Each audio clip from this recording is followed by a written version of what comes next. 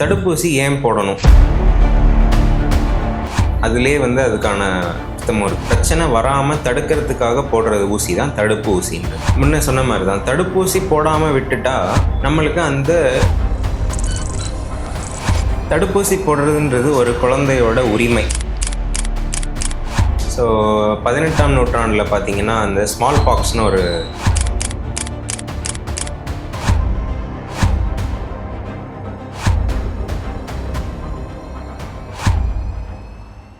வாழ்த்துக்கள் டாக்டர். உங்களை பத்தி நம்ம நேயர்கள் கூட ஷேர் பண்ணிக்கோங்க. அதிரை பண்பலை நேயர்களுக்கு வணக்கம். நான் டாக்டர் தனரத்னமூர்த்தி வெற்றிச்செல்வன், பட்டுக்கோட்டையில் குழந்தைகள் நல மருத்துவராக இருந்துட்டு வரேன். ஸோ ஏற்கனவே நம்ம இணைஞ்சிருக்கோம் அதிரை பண்பலை மூலியமா. இன்னொரு முக்கியமான நாள்ல உங்களோட இணைகிறது ரொம்ப மகிழ்ச்சி. சார், இப்போ நம்ம இன்னைக்கு வேக்சினேஷன் டே அப்படிங்கிற ஒரு முக்கியமான தினத்துல இணைஞ்சிருக்கோம் அப்படின்றதுனால ஃபர்ஸ்ட் இந்த தினம் எதனால செலிப்ரேட் பண்ணப்படுது சார்? நம்ம இந்த நேஷனல் வேக்சினேஷன் டே அப்படின்றத நம்ம மார்ச் மாதம் 16ஆம் தேதி செலிப்ரேட் பண்ணுறோம்.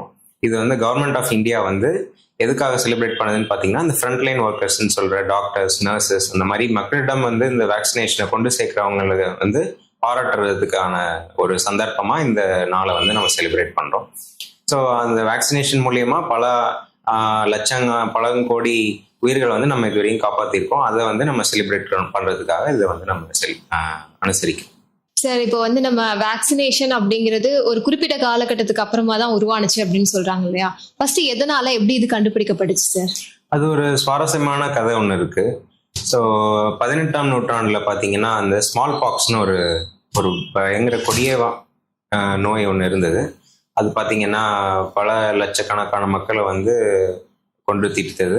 ஸோ அதற்கு எதிராக பல ஆராய்ச்சிகள் நடந்துட்டு இருந்தது. அப்போ பார்த்தீங்கன்னா எட்வர்ட் ஜென்னர்னு ஒரு ஃபிசிஷியன், அவர் லண்டன்ல சேர்ந்த ஃபிசிஷியன் அவர் ஆராய்ச்சி பண்ணிட்டு இருந்தபோது அவர் நோட்டீஸ் பண்ண விஷயம் பார்த்தீங்கன்னா, இந்த மாடு மேய்க்கிறவங்க, மாடு பால் கறக்கிறவங்க கவுஸ் பாக்ஸ் அப்படின்னு ஒரு வைரஸ் பரவிட்டு இருந்தது. அவங்க அந்த கவுஸ் பாக்ஸ்னால அஃபெக்ட் ஆனவங்களுக்கு இந்த ஸ்மால் பாக்ஸ் வராததை இவர் கண்டுபிடிச்சார். ஸோ அதனால இதுக்கும் அதுக்கும் என்ன சம்பந்தம், இதை நம்ம டெஸ்ட் பண்ணி பார்க்கலாம் அப்படின்றதுக்காக இந்த கவுஸ் பாக்ஸ் வந்தவங்களோட அந்த தோல்ல இருந்து ஒரு சில விஷயங்களை எடுத்து ஒரு நார்மலான ஒரு ஹியூமன் பீயிங்க்கு அவர் டெஸ்ட் பண்றதுக்காக அட்மினிஸ்டர் பண்றாரு. கொஞ்ச நாள் கழிச்சு அவங்களுக்கு அந்த ஸ்மால் பாக்ஸ் வருதா அப்படின்றதுக்கான பரிசோதனைகள் மேற்கொள்ளும் போது பாத்தீங்கன்னா அந்த கவுஸ் பாக்ஸ் வந்தவங்களுக்கு இந்த ஸ்மால் பாக்ஸ் வராததை அவர் தெரிஞ்சுக்கிறார்.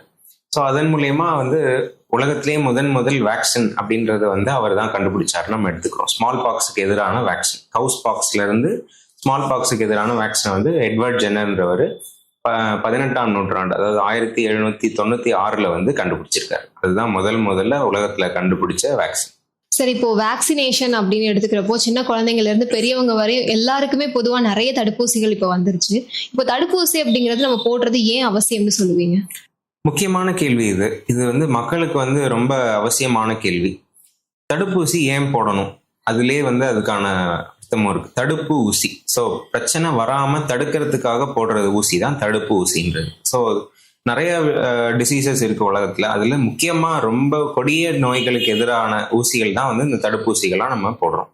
ஸோ ஆயிரக்கணக்கான கிருமிகள் இருந்தாலும் ஒரு சில கிருமிகளுக்கு தான் நம்ம தடுப்பூசி போடுறோம். அதன் மூலியமா நம்ம பல பிரச்சனைகள் வர்றதையும் இழப்புகள் வர்றதையும் நம்ம தவிர்க்கிறோம். அதுக்காக தான் தடுப்பூசி போடுறோம். ஓகே சார், இப்போ யாரெல்லாம் தடுப்பூசி போடுறது கட்டாயம்னு சொல்லுவீங்க? தடுப்பூசி பார்த்தீங்கன்னா பிறந்த குழந்தையிலிருந்து பெரியவங்க வரையும் அந்தந்த வயசுக்கு ஏற்ற ஊசிகள்ன்றது நிறைய இருக்கு.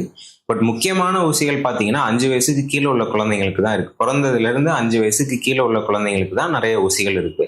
பட் இப்போ உள்ள காலத்துல பார்த்தீங்கன்னா பெரியவங்களுக்கும் நிறைய ஊசிகள் இருக்கு. ஸோ முக்கியமா நீங்க போட வேண்டியது இந்த குழந்தைங்களுக்கு, அந்த 5 வயசுக்கு கீழே உள்ள குழந்தைங்களுக்கு தான் இந்த கம்யூனிகபிள் டிசீஸ்க்கு எதிரான தடுப்பூசிகள் நிறைய இப்போ போடுறோம். இப்போ நீங்க சொன்னீங்க முக்கியமா 5 வயசுக்கு உட்பட்ட குழந்தைங்களுக்கு தடுப்பூசி போடுறது கட்டாயம் அப்படின்னு. இப்போ 5 வயசுக்கு உட்பட்ட குழந்தைங்களுக்கு என்ன மாதிரியான தடுப்பூசிகள்லாம் போடுறாங்க சார்? இப்போ பிறந்த குழந்தைங்கள பாத்தீங்கன்னா பிறந்த உடனே போடக்கூடியது 3. அதாவது பிசிஜின்னு சொல்றது தோல் ஊசி, அடுத்தது ஹெப்படைட்டிஸ் பின்றது மஞ்சக்காமாலைக்கான ஊசி, அடுத்தது ஓபிவின்றது போலியோவுக்கான தடுப்பூசி, தடுப்பு சொட்டு மருந்து. ஸோ இது 3 தான் பிறந்த குழந்தைங்களுக்கு போடுறது. அதற்கு பிறகு பார்த்தீங்கன்னா நம்ம ஒரு அட்டவணை வச்சிருப்போம். ஸோ அந்த அட்டவணையை ஃபாலோ பண்ணி அடுத்தடுத்த ஊசிகள் எப்போ அப்படின்றத நம்ம அட்வைஸ் பண்ணுவோம். 1.5 மாதம், 2.5 மாதம், 3.5 மாதம், அதுக்கப்புறம் 6 மாதம், 7 மாதம், 9 மாதம், 12 மாதம், 15 மாதம், 18 மாதம்னு அடுத்தடுத்த ஊசிகள் எல்லா இந்த டிசீஸ்க்கு எதிரான ஊசிகள் போடுவோம். ஸோ பிறந்தப்ப பார்த்தீங்கன்னா போட வேண்டியது மூணு விஷயம்தான். இப்போ தடுப்பூசி போடணும் அப்படின்னு சொல்லிட்டு போடுறாங்க, நிறைய பேர் தடுப்பூசி போட ஆரம்பிச்சிட்டாங்க.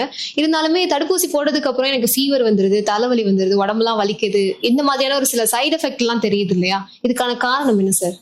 அது எந்த ஒரு ரியாக்ஷனுக்குமே பார்த்தீங்கன்னா ஒரு ஆப்போசிட் ரியாக்ஷன் இருக்கும். அந்த மாதிரி இப்போ நம்ம தடுப்பூசின்றது எதுக்காக கொடுக்குறோம்னா, நம்மளோட உள்ளுக்குள்ளார ரத்தத்தில் உள்ள இம்யூன் செல்ஸை வந்து ப்ரைம் பண்ணுறதுக்காக கொடுக்குறோம்.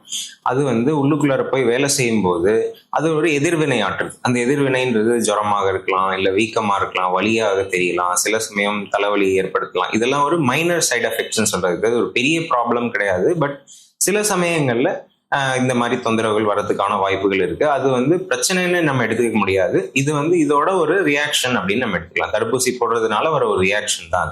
இப்ப நம்ம பேசணும் இல்லையா, தடுப்பூசி அப்படிங்கிறது பிறந்த குழந்தையில இருந்து ஆரம்பிக்குது. பிசிஜில இருந்து நம்ம தடுப்பூசிகள் போட ஆரம்பிச்சிட்டோம். சப்போஸ் தடுப்பூசி எல்லாம் எதுக்கு போடணும் அப்படின்னு தடுப்பூசி போடாம விட்டுட்டாங்க அப்படின்னா என்ன ஆகும் சார்?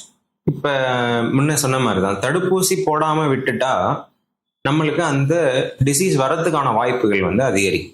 ஸோ இப்போ நீங்கள் வந்து ஃபார் எக்ஸாம்பிள் இப்போ மஞ்சக்காமாலைக்கான ஊசி போடாமல் விட்டுட்டீங்க அப்படின்னா 100% மஞ்சக்காமாலை வருமா அப்படின்னு கேட்டிங்கன்னா அப்படி சொல்ல முடியாது. பட் நம்ம அதுக்கான ரிஸ்க்கை வந்து அதிகப்படுத்துகிறோம் அப்படின்னு அர்த்தம். நம்மளை வந்து மஞ்சக்காமாலை தாக்குறதுக்கான வாய்ப்புகள் அதிகம் அப்படின்னு அர்த்தம்.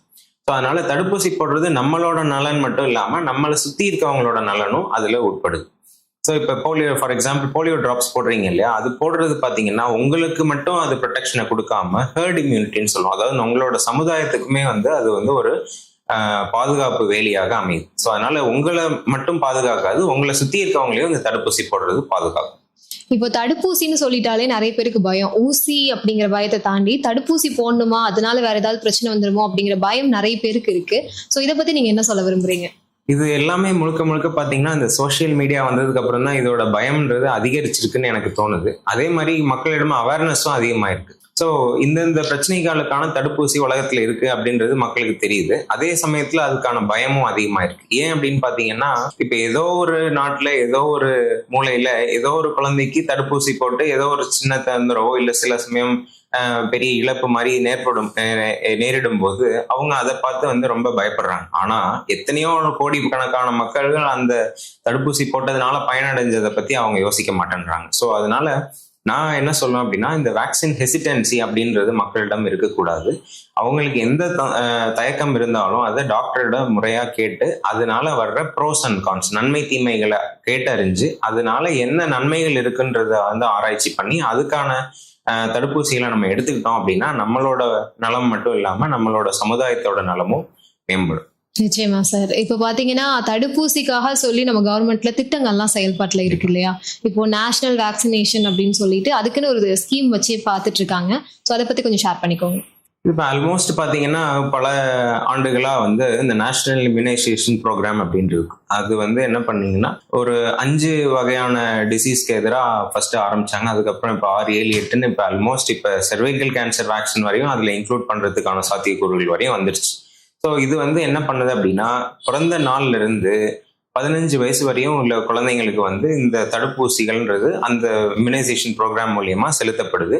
அது வந்து ஆரம்ப சுகாதார நிலையங்கள், அதே மாதிரி அரசு ஹாஸ்பிட்டல்ஸ், இந்த இடத்துல எல்லாம் வந்து உங்களுக்கு இலவசமாக கிடைக்குது.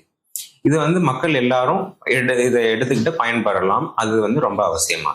சரி, இப்போ தடுப்பூசி பத்தின பயம் மக்கள் மத்தியில அதிகமா இருக்கிறதுக்கு ஒரு முக்கியமான காரணம் என்னன்னா, தடுப்பூசி போடுறதுனால ஏதாவது சைடு எஃபெக்ட் ஏற்பட்டுருமோ, அதாவது ஒரு நோய் தடுக்கிறதுக்காக ஒரு தடுப்பூசி போட்டு வேற ஏதாவது உடல் ரீதியா பாதிப்புகள் ஏற்பட்டுருமோ அப்படிங்கிற ஒரு பெரிய பயம் நிறைய பேருக்குள்ள இருக்கு. அதை பத்தி நீங்க என்ன சொல்ல விரும்புறீங்க? தடுப்பூசி அப்படின்றது வந்து 100% வந்து தொந்தரவுகளே ஏற்படுத்தாது அப்படின்னு நம்மளால சொல்ல முடியாது. பட் அதே சமயத்துல எல்லா பிரச்சனைகளும் வரணும் அப்படின்ற அவசியமும் கிடையாது. ஸோ அதை வந்து நம்ம வந்து பல வகைகளாக பிரிப்போம். அந்த சைடு எஃபெக்ட்ஸ்ன்றது minor side effects, major side effects பிரிப்போம். மைனர் சைடு எஃபெக்ட்ஸ்ல முக்கியமாக பார்த்தீங்கன்னா ஃபீவர் வரலாம், லைட்டான வலி வீக்கம் இருக்கலாம், தலைவலி போன்ற விஷயங்கள் ஏற்படலாம். இதெல்லாம் மைனர் சைடு எஃபெக்ட்னு சொல்றது.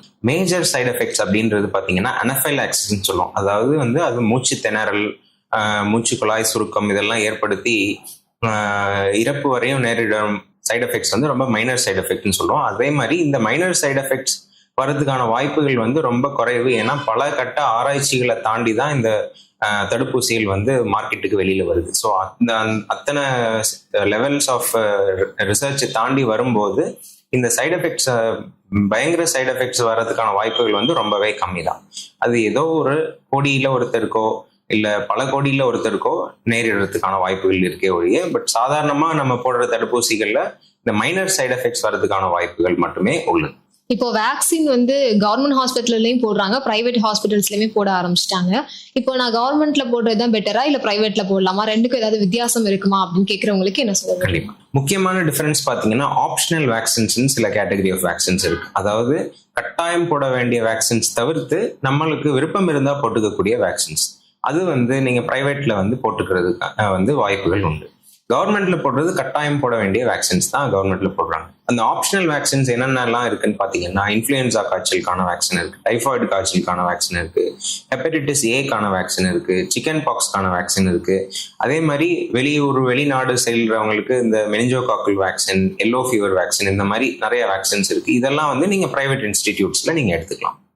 இப்போ நம்ம உடம்புல ஒரு தடுப்பூசியை உள்ள செலுத்துறாங்க, அது ஏதோ ஒரு தடுப்பூசி அப்படின்னு எடுத்துக்கலாம். இப்போ உள்ள தடுப்பூசி போனதுக்கு அப்புறம் அது முதல்ல என்ன பண்ணும், என்ன வேற எல்லாம் உள்ள பாக்குது சார்? ஓகே, பல வகையான வேக்சின்ஸ் இருக்கு. மெயினா ப்ராடா ரெண்டா நம்ம பிரிப்போம். லைவ் வேக்சின்ஸ் சொல்லுவோம், கில்டு வேக்சின்ஸ் சொல்லுவோம். பட் பேசிக்கா ரெண்டுத்துக்கான வேலையும் ஒண்ணுதான். ஸோ இது என்ன பண்ணும்னா, நம்ம உடம்புக்குள்ளார போகுது இல்லையா, ரத்தத்துக்குள்ளார போய் அது இம்யூன் செல்ஸ்ன்னு சொல்லுவோம், அதை வந்து ஸ்டிமுலேட் பண்ணும். எதுக்காக ஸ்டிமுலேட் பண்ணுது அப்படின்னு சொன்னா, ஒரு சில ஆன்டிபாடிஸை உருவாக்குறதுக்காக ஸ்டிமுலேட் பண்ணப்படுது. அந்த ஆன்டிபாடிஸ் என்ன பண்ணும் அப்படின்னா, மெமரி செல்ஸ் அப்படின்றது ஒரு சில செல்ஸையும் ஆக்டிவேட் பண்ணும். அது வந்து இப்ப வந்து நம்மளுக்கு அந்த இன்ஃபெக்ஷன் வந்ததாக அதை அசியூம் பண்ணி அது அந்த ஆன்டிபாடிஸை ப்ரொடியூஸ் பண்ணும். ஆனா அது இன்ஃபெக்ஷனாக வந்திருக்காது, நம்ம தடுப்பூசி மூலியமா அதை வந்து நம்ம உடம்புக்குள்ள செலுத்தியிருக்கோம். அது வந்து பிற்காலத்துல நம்ம அந்த இன்ஃபெக்ஷனை வந்து நம்ம மீட் பண்ணும்போது நம்ம உடம்பு என்ன தெரிஞ்சுக்கோம், நம்ம அந்த மெமரி செல்ஸ் வந்து இதை வந்து ஞாபகம் வச்சிருந்திருக்கோம். ஸோ இந்த மாதிரி ஒரு இன்ஃபெக்ஷன் நம்மளுக்கு வரும்போது இந்த மாதிரி ஆன்டிபாடிஸை ப்ரொடியூஸ் பண்ணி நம்ம அதை வந்து தடுக்கணும் அப்படின்ட்டு அந்த ஆன்டிபாடிஸை வந்து அதிகமாக ப்ரொடியூஸ் பண்ணி அந்த நோய் நம்மளுக்கு வராமல் பார்த்துக்கும். இதுதான் பேசிக் அந்த விஷயம். ஓகே சார், இன்னைக்கு வந்து வேக்சினேஷன் தினத்துல நிறைய விஷயங்கள் இங்க கூட ஷேர் பண்ணிருக்கீங்க. இப்போ பொதுவா மக்களுக்கு இருந்த நிறைய கேள்விகள் ஓரளவுக்கு தெளிவு வந்திருக்கும் அப்படின்னு நம்புறோம். இதுல நிறைய பேருக்கு பாத்தீங்கன்னா, தடுப்பூசி போடும்போது நான் எந்தெந்த விஷயங்கள்லாம் கவனிக்கணும், இதெல்லாம் தெரிஞ்சுக்கணும் அப்படிங்கிற ஒரு நாலேஜ் வேணும்னு கேட்பாங்கல்ல. ஸோ அவங்களுக்கு நீங்க என்ன சொல்ல விரும்புறீங்க? கண்டிப்பா, நீங்க முக்கியமா வந்து பராமரிக்கப்பட வேண்டியது என்னன்னா, அந்த வேக்சினேஷன் கார்டு அப்படின்றது தான். அது வந்து உங்க குழந்தைக்கான ஆரோக்கியத்திற்கான பாஸ்போர்ட். ஸோ அது வந்து நான் பார்க்குற வகையில் பார்த்தீங்கன்னா, நிறைய பேர் ஒழுங்காக அதை பராமரிக்கிறது இல்லை. ஸோ கரெக்டான தேதிகளில் எந்தெந்த தேதிகளில் போடணும், எந்தெந்த தேதிகளில் போட்டிருக்கு, என்ன வேக்சின் போட்டிருக்கு, இது எல்லாமே அந்த வேக்சினேஷன் கார்டில் இருக்கும். ஸோ அதை நம்ம ப்ராப்பராக மெயின்டைன் பண்ணோம்னாலும் நம்மளோட குழந்தைக்கும் சரி, அந்த தடுப்பூசி செலுத்தக்கூடிய டாக்டருக்கும் சரி, அது ரொம்ப ஈஸியாக வேலை முடிஞ்சும். ஸோ அதை ப்ராப்பராக மெயின்டைன் பண்ணுறது அவசியம். அதில் எந்த தேதியில் போடணும், அடுத்த வேக்சின் என்னைக்கு அப்படின்றதெல்லாம் குறிச்சிருக்கோம். அந்த தேதிக்கு கரெக்டாக நீங்கள் போய் போட்டுட்டீங்கனாலே அந்த எதிர்ப்பு சக்திக்கான விஷயங்கள் உடம்புல டெவலப் ஆக ஆரம்பிச்சு. அந்த தேதியை தள்ளி போடும்போது என்ன ஆகும் அப்படின்னு கேட்டிங்கன்னா, இப்போ நிறைய பேர் என்கிட்ட கேட்கக்கூடிய விஷயம் என்னன்னா, இன்னைக்கு ஒரு டேட் கொடுத்துருந்தீங்க, 10ஆம் தேதி மார்ச் மாதம் போட சொல்லியிருந்தீங்க, இப்போ வந்து ஏப்ரல் 10ஆம் தேதி ஆயிடுச்சு, இப்போ நான் வந்து அந்த வேக்சின் போட்டால் எனக்கு பிரச்சனை வருமா அப்படின்னு கேட்கறது தான் முக்கியமான கேள்வியாக இருக்கு. நான் சொல்லக்கூடிய விஷயம் என்னன்னா, 10ஆம் தேதி மார்ச் மாசமே போட்டிருந்தீங்கன்னா அதோட எஃபெக்ட் வந்து கூடுதலாக இருந்திருக்கும். நீங்க எத்தனை நாள் தள்ளி தள்ளி போகுதோ அதோட எஃபெக்டிவ்னஸ் குறையுமே ஒழிய அதனால பிரச்சனைகள் ஒன்றும் வர்றதுக்கான வேலை ஒன்றும் இல்லை. ஸோ அதனால அந்த குறிப்பிட்ட நேரத்திலேயே போட்டுட்டீங்கன்னா அதோட எஃபெக்ட் வந்து கூடுதலாக இருக்கும். அதாவது ப்ராப்பரா எவ்வளோ எஃபெக்ட் இருக்கணுமோ அந்த அளவுக்கு எஃபெக்ட் இருக்கும். நேரம் ஆக ஆக அதோட எஃபெக்ட் வந்து குறையும். அவ்வளோ. ஓகே சார், இன்னைக்கு வந்து வேக்சினேஷன் தினத்துல நிறைய நல்ல விஷயங்கள் எங்க கூட ஷேர் பண்ணிருக்கீங்க. நிறைய பேருக்கு பயனுள்ள தகவல்களா இருந்திருக்கும் அப்படின்னு நம்புறோம். இப்போ ஃபைனலா நம்ம மதுரை எஃப்எம்க்கும் மதுரை எஃப்எம் நேயர்களுக்கும் என்ன சொல்ல விரும்புறீங்க? தடுப்பூசி போடுறதுன்றது ஒரு குழந்தையோட உரிமை. ஸோ அந்த அவங்களோட உரிமையை நீங்க பறிக்காதீங்க, அதுதான் நான் சொல்ற முக்கியமான விஷயம். ஸோ அந்தந்த நேரத்துக்கு அந்தந்த தடுப்பூசிகளை போட்டு உங்களோட குழந்தைகளை மட்டும் இல்லாம உங்களோட சமூகத்தையும் சமுதாயத்தையும் பாதுகாக்கிறது ரொம்ப அவசியம். இதற்கு எனக்கு வாய்ப்பளித்த அதிரை பண்பலைக்கு மிக்க நன்றி. தேங்க்யூ.